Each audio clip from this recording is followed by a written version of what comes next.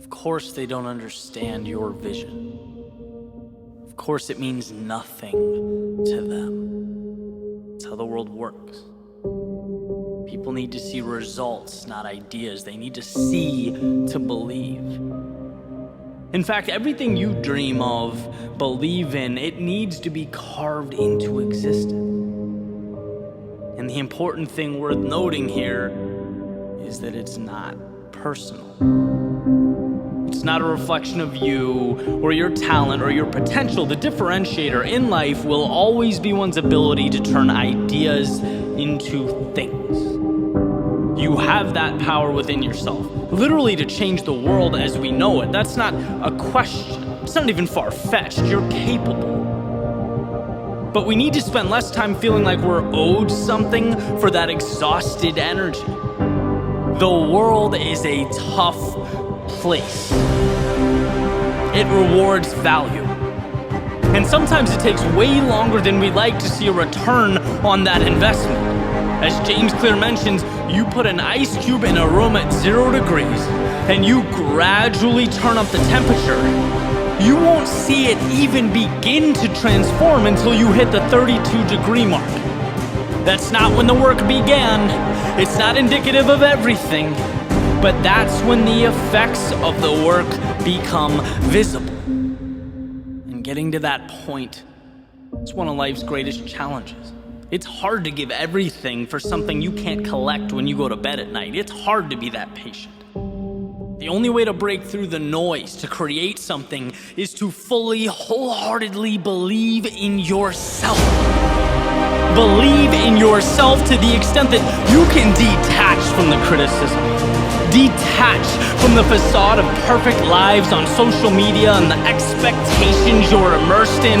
This isn't a race between you and the world. It's a battle of will between you and the voice that says there is no 32-degree mark.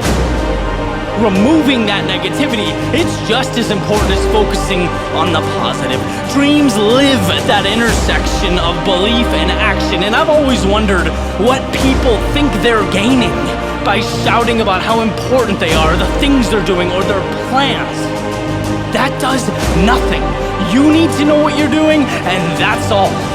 Words mean nothing. Ideas are empty. Respect is earned by adding actual value, by making a difference.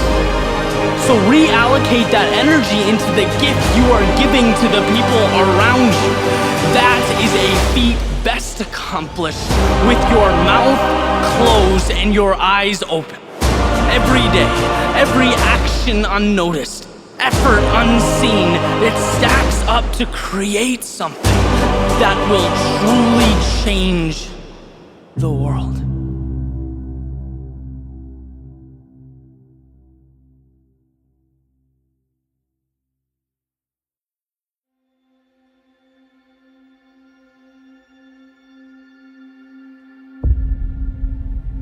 Do you believe?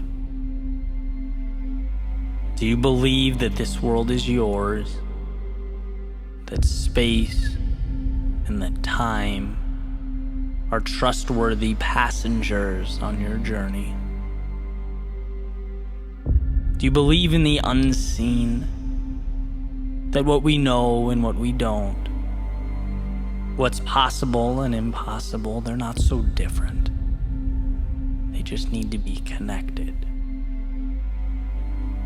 Do you believe that one person can be the difference? That courage is a choice, and that if you have something to say, not saying it is a tragedy? Do you believe in your resilience? That when your back is against the wall, that when all seems lost, when everything is in doubt, we are presented an opportunity to evolve into something more? Do you believe that there is a way? That when the road ends, there is another path? That when you can't go around, you can go through? And when you can't go through, you can go over? Do you believe that the darkness before you is merely the absence of light? A light waiting to be created, brought to life? That nothing is meant to be, any void can be filled, and you are in fact the architect of that light.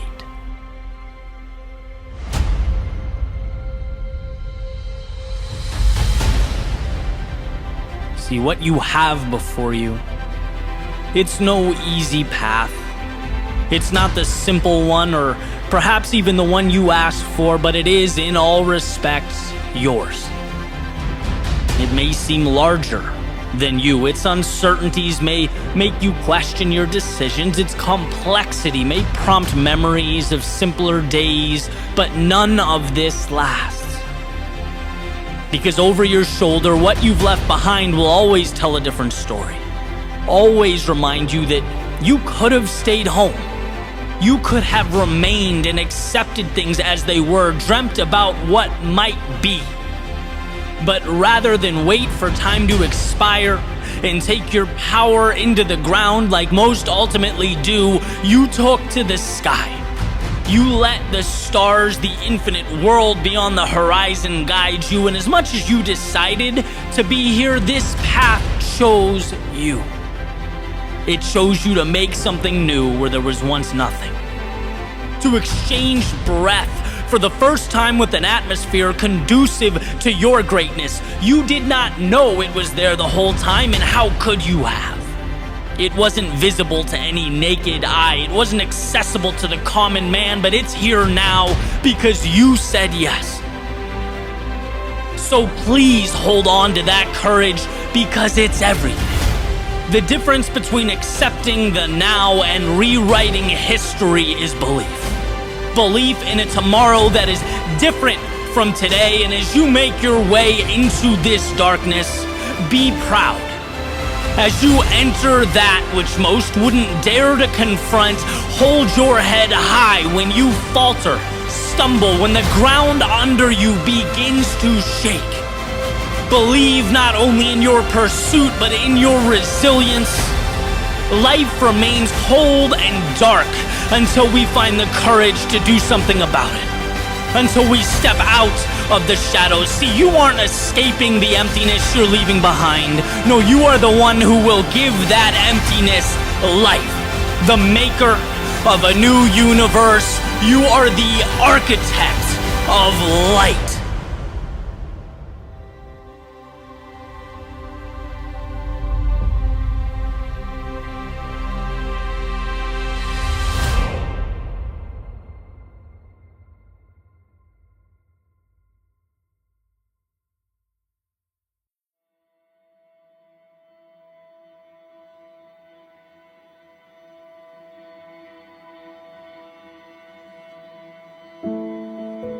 Pick your head up and open your eyes.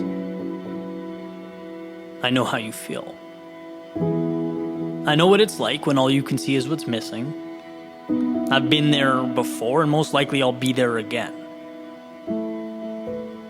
I'm not here to tell you life is perfect or easy or pain-free, but to remind you that life is happening all around you, forever changing. Its hope and its opportunity never more than a stone's throw away. And that although it can seem tempting or even reasonable to think that tomorrow will just be more of today, that now is forever, don't. You're merely moving through the seasons of life. The ups and downs that constitute our most prized possessions, our most beautiful memories. It's an invitation and nothing more. And what I hope you understand is that it's right now. In life's winter, when everything feels, well, dead, cold, black and white, that you have to see life in color. And look, we all know winters can be long, sometimes real long. But if you can find it in your heart to ride it out, you'll understand that what's in front of you is a door left ajar, separating this chapter and the next. It's no more a burden than a blessing. I've always found comfort in the idea that winter is officially a beginning. With everything ahead of you, spring-loaded. And during this time, as snow falls and coats the world in white, as the ordinary, even for a moment in time, becomes the surreal, a reset button, shaking every part of you like a snow globe on Christmas Eve, winter has this beautiful way of putting its hand on your shoulder and reminding you that difficulty now means the best of life later. And so when you find yourself in the winters of life, remember their impermanence. That while difficult, while trying, these times are starting blocks. And nothing of value comes to fruition without them. And then there's spring, when that believing is rewarded. The seeds begin to grow roots and emerge from the ground, when for the first time progress evolves from a fairy tale to something tangible, something you can touch. It's reassurance beyond the voice in your head. A sign that you've emerged from the valley you once feared was forever. That the color you desperately longed for now appears on tree branches, flowers, it's bluer skies, clearer views. And when you find yourself amidst the springs of life, let it reassure you that the real world always catches up to the one behind your eyes if you simply carry on. Let it remind you that pain becomes progress, and that if given the chance, life finds a way. And then we get to summer, the culmination of all that is good. You have arrived. All the waiting, all the suffering, the belief, the hope, the patience, all manifesting into life at its best. Sand and salt water regain their relevance. Days are longer, worries are less. This is the peak, the summit. It's why we dream. And when you find yourself in the summers of life, don't miss a moment. Be grateful for every second. Breathe it in. Recognize its magnificence and its splendor. Accept its invitation to see the world as you always knew it could be. But remember that summer, like everything else, while it slips away with time, it's a call to simultaneously appreciate the now while refusing to live under the false pretense that winters can be mitigated, gone forever, that life has no series of cycles. Endless summer is a state of mind. A state of mind that allows us to navigate through the trials and the tribulations. And the goal is to understand that no, summer doesn't last forever. But you can always find your way back here. There is always a place for you amidst the summers of life, even when it's hard to see.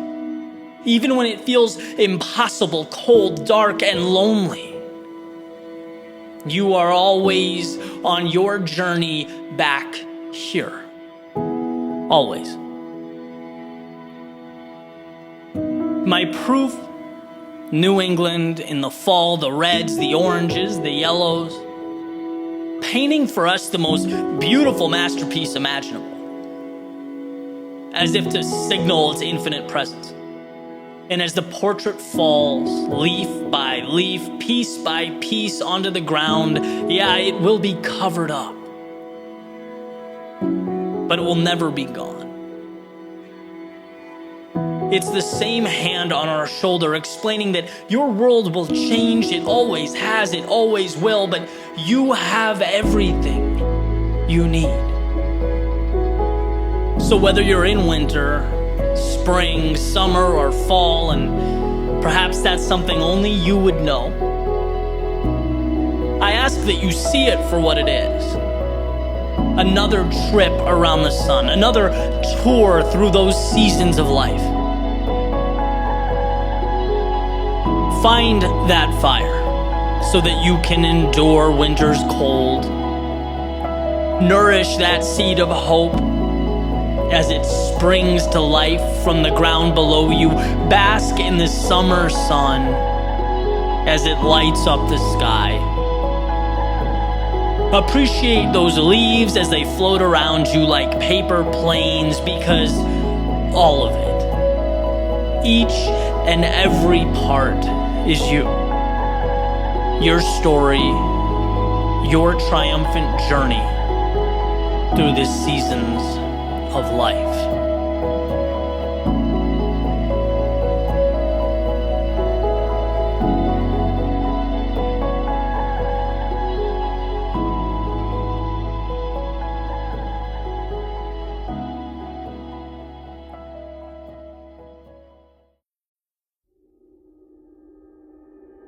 Being lost is not about what you don't have.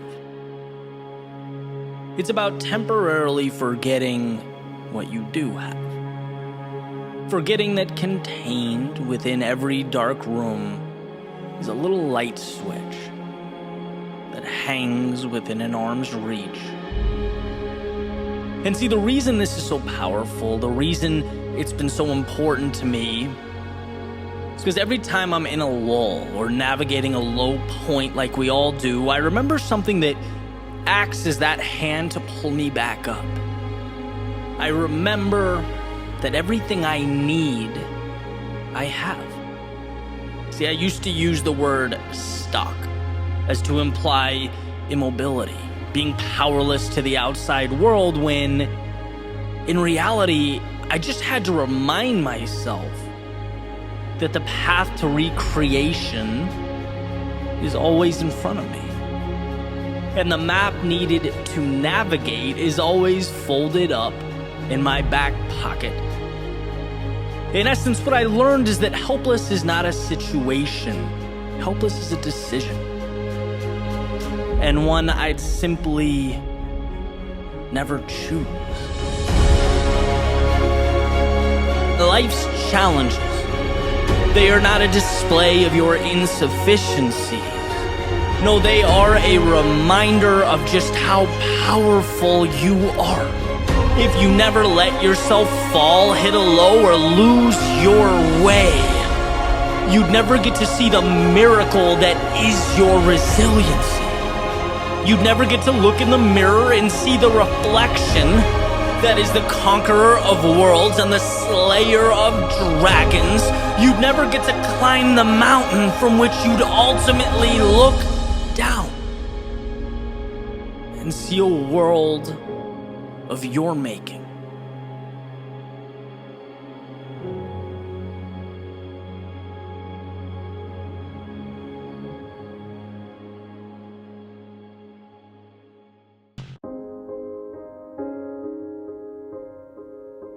Remember the little things.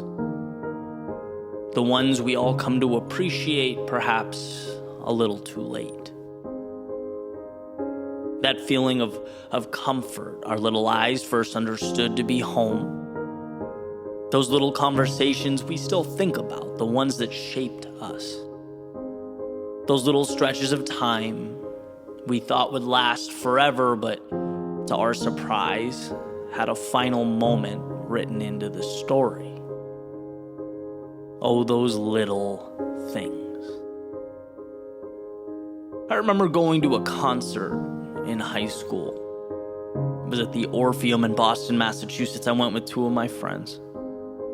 Had an amazing time, and well, years and years have obviously passed, and recently I asked myself, what is it I remember about that day?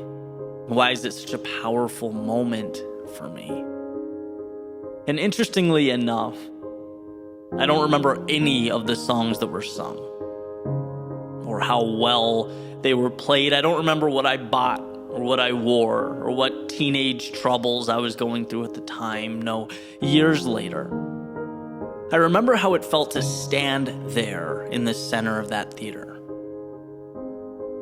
Color of the lights filling up the room, the bass drum resonating in my chest, aligning with my heartbeat, the people I was with. And the funny thing is, 17-year-old me had no clue he was driving into the city for a night he'd remember forever, but not because of the music. No, because of a feeling. Because he would spend the time with the same people he would have hung out with anyway at home. And perhaps subconsciously I knew, perhaps we all do, but at the time, it all felt like details. At the time, they were simply included in the story, a buy one, get one, if you will. Oh, how they hide themselves, those little things. In a way, it's not too different from the oxygen we breathe in and breathe out, intertwined in everyday life, necessary to carry on, to grow, to evolve, yet only missed when it's gone. We don't think about the air we breathe unless, of course, we are submerged and without it. So why does this matter? Why put this thought to paper? Well, because to use my previous concert hall metaphor, I've spent so much of my life thinking about the stage presence, the accuracy of the notes, the visual appearances, the wrong things. It seemed intuitive, overwhelmingly obvious, but now they're just reminders. How easily we can walk on what matters to get our hands on what doesn't. Do we know what's important? Do we know what we hold dear? Do we think enough about those little things? Every time the caller ID says mom or dad or nana banana, when my little brother and sister get new apartments, jobs, promotions, start navigating this crazy world, every time I open my laptop and get to bleed my thoughts onto a blank page over a cup of coffee and a sunrise, running around random towns across this country with my best friends, bringing ideas to life. See, the now tells you they are nice things, happy things, lovely things. But it doesn't let you in on the greatest secret of all. Those little things just might be everything. So see them while you're in them, and hold on tight.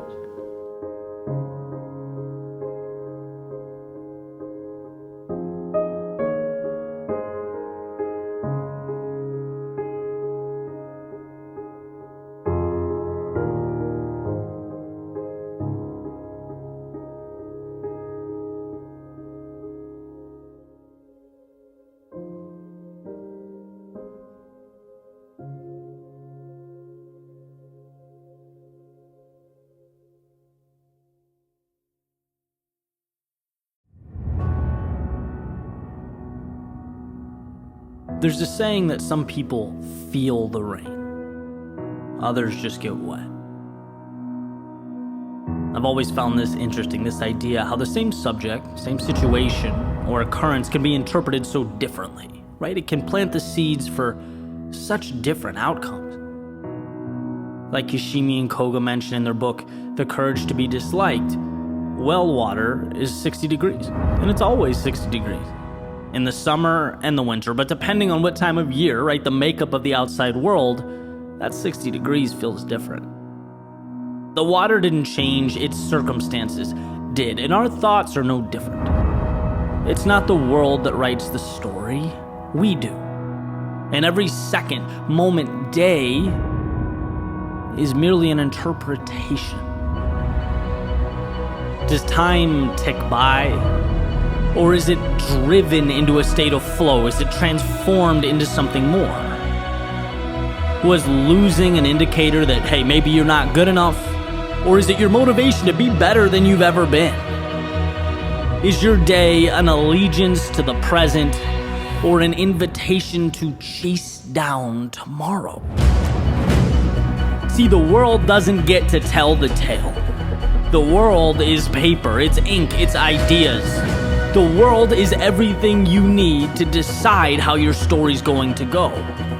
How does he see the world? How does she define reality? That's the question. Because you don't need to change the world, you need to change the way you see it. And you don't need to change who you are. You need to change the imaginary shackles you've placed around your ankles that are limiting the heights you could reach. In fact, the world, as far as I'm concerned, is an accumulation of thoughts, ideas. It's 8 billion individualized movie screens attempting to interact, to coexist together. And when you look at it like that, it's not that your mindset plays a role or it's kind of important. No, it's that it narrates the play. It's the glue that ties everything together. What you see is what you get.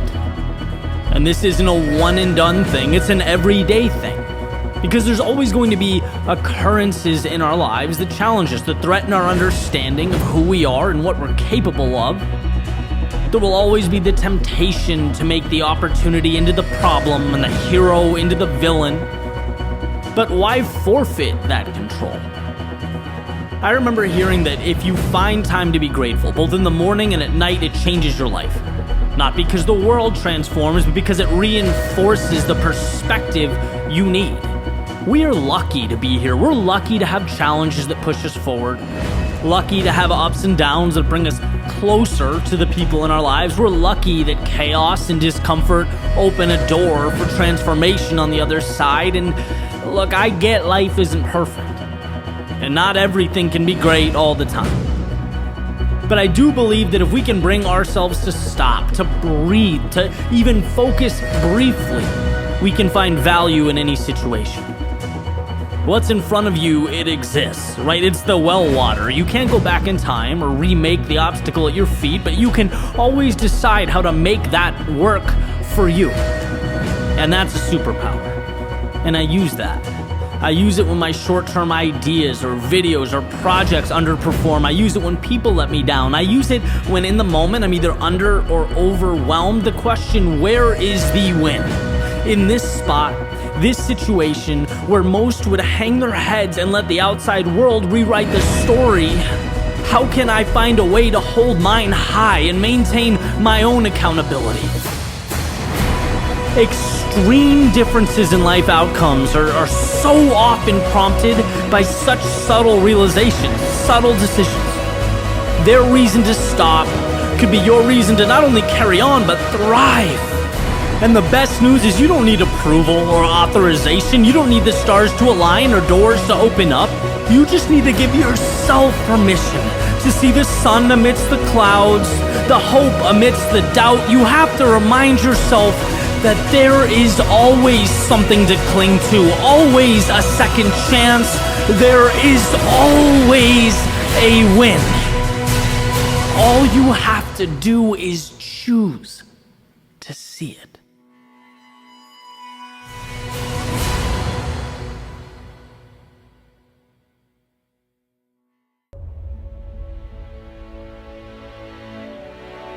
For a second, imagine that feeling in your stomach. The nerves, the discomfort, maybe even the doubt as you walk up to do that one thing that scares you, that stretches you just a little bit further than you're ready for. And as you move towards that sort of dark unknown, the mysterious discomfort, what's on your mind? Are you starting to rationalize? Maybe you're asking yourself, hey, why did I do this to begin with? It seemed like a good idea at one point. It seemed bold and adventurous. But now it seems like the wheels have hit the road and the narrative is shifting in real time. So try and recreate that feeling for a second. looking fear in the eyes. Capture what it means physically, mentally. Right, for me, it was public speaking. Right, half a decade ago, standing backstage, palms sweating, little voice in my head saying, "Hey Ed, cubicle doesn't seem so bad right now, does it, genius?" Maybe, for you in this scenario, it's that big test that feels like the weight of the world is on your shoulders, everything's on the line. Maybe it's something like starting a conversation with a complete stranger, interview for a job you want, starting line of a race, having the courage to speak your mind online. Maybe it's doing something your family doesn't quite get or your friends won't understand, cutting ties with what's comfortable, a decision to be what you've always wanted to be. There's a million possibilities. Right? There's a lot of fear that we dance with on a day-to-day basis. But in that moment, as your feet start moving in the very direction that will bring your ideas closer to your reality, and you're hit with that same feeling, that wall that tells us something isn't quite right, that's what I want to discuss. Because it's hard to be met with this feeling and still move confidently in the same direction, right? There's cognitive dissonance there. How can something feel wrong and be right? Should there be disconnect? It's funny, I really enjoy reading quotes, and particularly Lewis Carroll has resonated with me over the years. Things he said in his works, they're witty, they're funny, but they're powerful. And one in particular stood out to me. It's why sometimes I've believed as many as 6 impossible things before breakfast. I just loved the concept, the idea of immersing yourself, in the impossible, in the difficult, the thing that's not right in front of you, but sort of creating it as you go. So I got through The Looking Glass and Adventures of Alice in Wonderland, and it was an interesting read. I'm not sure I'd recommend it for everyone, but there was certainly one thing that popped out at me that I found incredibly valuable. And it was in Alice's journey holistically, right? So she goes into this rabbit hole, and the world is basically upside down. Nothing is as it was before she jumped. Nothing really makes sense. And what you see is her progression as a character, as she starts continually embracing the thing that feels abnormal, upside down and weird. But with each decision to move forward, she completely redefines this insane world that wasn't particularly warm and receptive to Alice to begin with. As she stands up to a queen running around ordering executions, she navigates a world with new rules and guidelines. She transforms the boundaries that used to define reality. And what I think is valuable is that there really wasn't this boom, transformative moment where everything changes. She just keeps subtly saying yes. She keeps moving forward without knowing for sure how things will work out or unfold, as if she's supposed to. And she becomes so accustomed to suppressing that feeling of fear and uneasiness that it almost becomes comical. She goes with it and becomes the author of a new story. She becomes untouchable in this world. And my point here, and for those of you not a fan of Alice in Wonderland, I appreciate you hanging on, but where these dots connect is that it's actually a pretty simple idea. Life unfolds in a way that is unimaginable when we shift our thinking from, oh no, here comes that feeling in my stomach again, my heart's pounding, my palms are sweating, so I've wandered too far. When you change that to, here comes that feeling in my stomach, heart pounding, palms sweating, so here comes the beginning of something incredible, life shifts. See, it's not running from that temporary feeling of fear and discomfort, but harnessing it. It's a weapon, it's a tool, right? It fuels the rocket ship headed to the moon. It's the water that seed of opportunity is dependent upon. And sure, it feels new and unsettling, and yeah, it's uncomfortable, but so is, as we learn, everything good. And sure, you could turn back. You could avoid that manufactured confrontation altogether, but man, you have to be okay never knowing what those peaks could have been. You have to be content imagining a life of adventure and not living it. And to me, that's a much steeper price, right? Because that feeling of fear in your stomach, it's temporary, it goes away. But the feeling of knowing you walked away when life held out its hand and offered you more, that doesn't go away. And see, I look at it like this. Two things change every time you say yes. Every time you acknowledge the organized chaos and move forward anyway, you move both your internal and external worlds one step forward. Internal, because life is your identity. And as has been said before, humans always follow through on who they believe they are. I've heard actors saying the most important decision they make is the shoes they put on, because it lays the groundwork for how you feel. You just feel differently about yourself in clown shoes than you would in basketball shoes than you would in dress shoes. You feel different about yourself in a suit than you would in sweatpants. And this doesn't mean go reassess your wardrobe. It highlights how malleable identity is. Yeah, we follow through on who we believe we are, but the powerful thing is who we believe we are is created every single day. Every time we use fear to propel us forward, right? Your subconscious goes, okay, that's who I am. Someone who does the uncomfortable things, someone who is okay with fear, that's me. Right? And that's the internal foundation that means everything. That's how identity is constructed.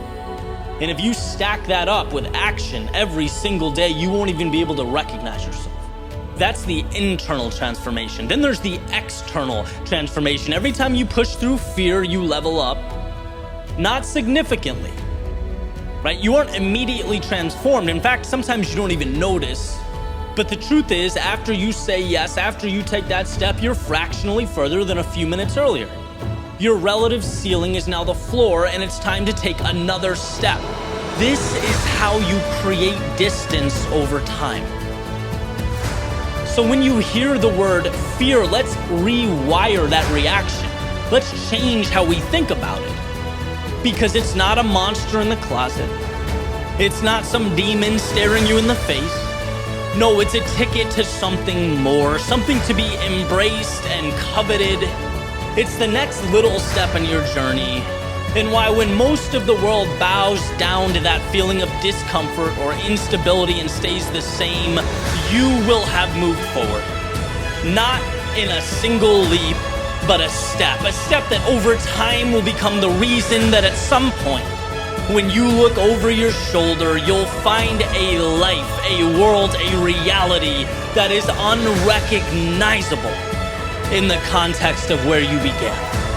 It's why fear is not to be avoided or even tolerated, but sought out as the single variable that puts a pulse in your aspirations, gives hope to your dreams.